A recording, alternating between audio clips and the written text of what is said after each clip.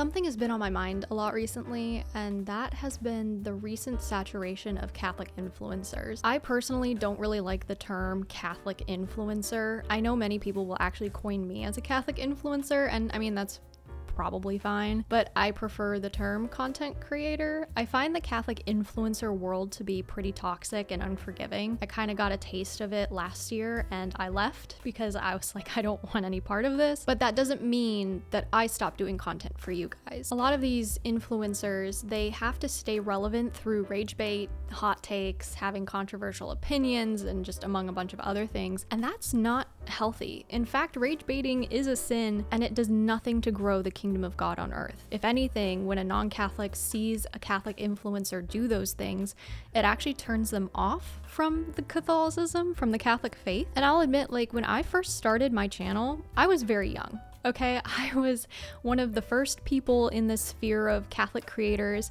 and I made a lot of mistakes along the way, but I learned from them now, and I have a much better approach to differing opinions than I have in the past. I've learned a lot, but I see so many people who just buy into whatever their favorite influencer says. They don't bother to do their own research or consult a priest or open up the catechism.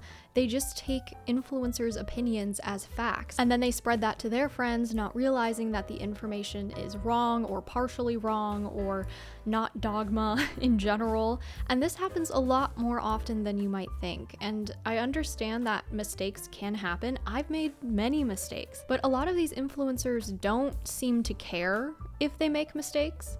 They don't right their wrong, and if they do, it's often disingenuous because they got caught. So it just feels very icky all around. But before I continue my rant, I want to quickly tell you guys about Immaculate Blessed. They have the best Catholic jewelry I have ever owned. It's heirloom quality, they have non-tangle chains, and I have worn my necklaces while swimming, showering, being in the sauna, biking, weightlifting. My necklaces have seen it all, and they still look brand new. So if you guys want to invest in amazing Catholic jewelry for yourself or a loved one, go to immaculatebless.com and use my promo code AMBER at checkout for 15% off and free US shipping. Now, I've observed this trend getting worse since I started about 6 years ago in this space, and now that there are more people in the influencer space, it's overly saturated with clickbait, mogging videos, owning the prots content, and rage bait, and yet this is still what gets the most views.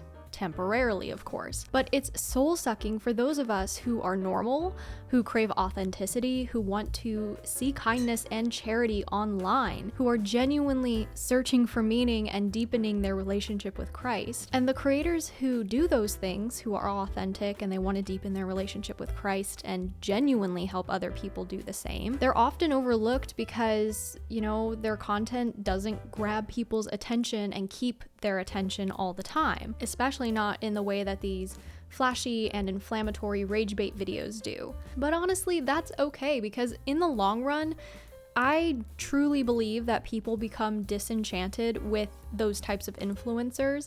You know, the type that only tear down others, who only speak negatively, who are always yelling at their camera and trying to start drama.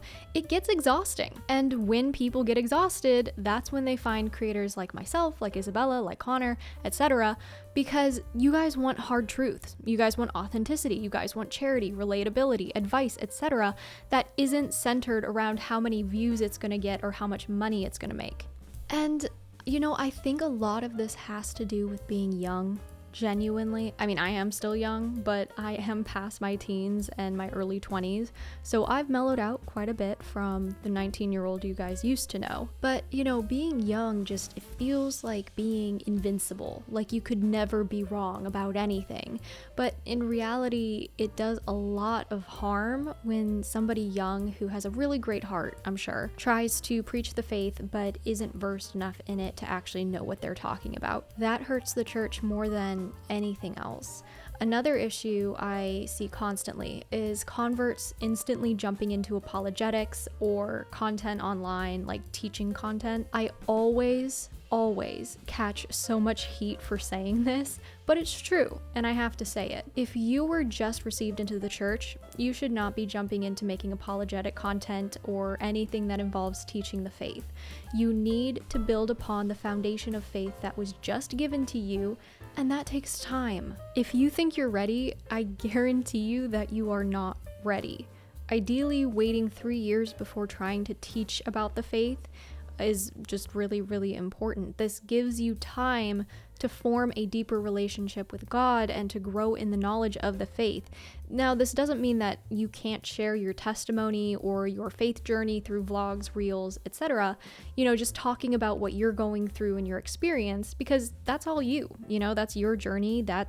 Doesn't really have anything to do with like the church necessarily. I mean, it does, but you're not like authoritatively trying to speak on the church, you know what I mean? Because the issue really is when people with very little experience jump into apologetics or try to teach things authoritatively about Catholicism because they're not ready. And in my opinion, we already have too many apologists. But if you want to share something about your faith or something along those lines from your own experience and what you're going through, even then, I would discern whether or not to actually share your faith journey. Is that something you want to open up to the internet, or is it best to keep it private so you can grow without distraction?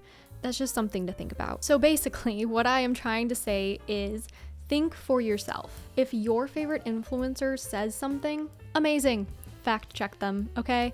I tell you guys to do this with me all the time. If I get something wrong, please email me at thereligioushippie@gmail.com so I can correct it. And always reference the catechism, the Bible, talk to a priest, or, utilize Catholic answers if you're unsure about something.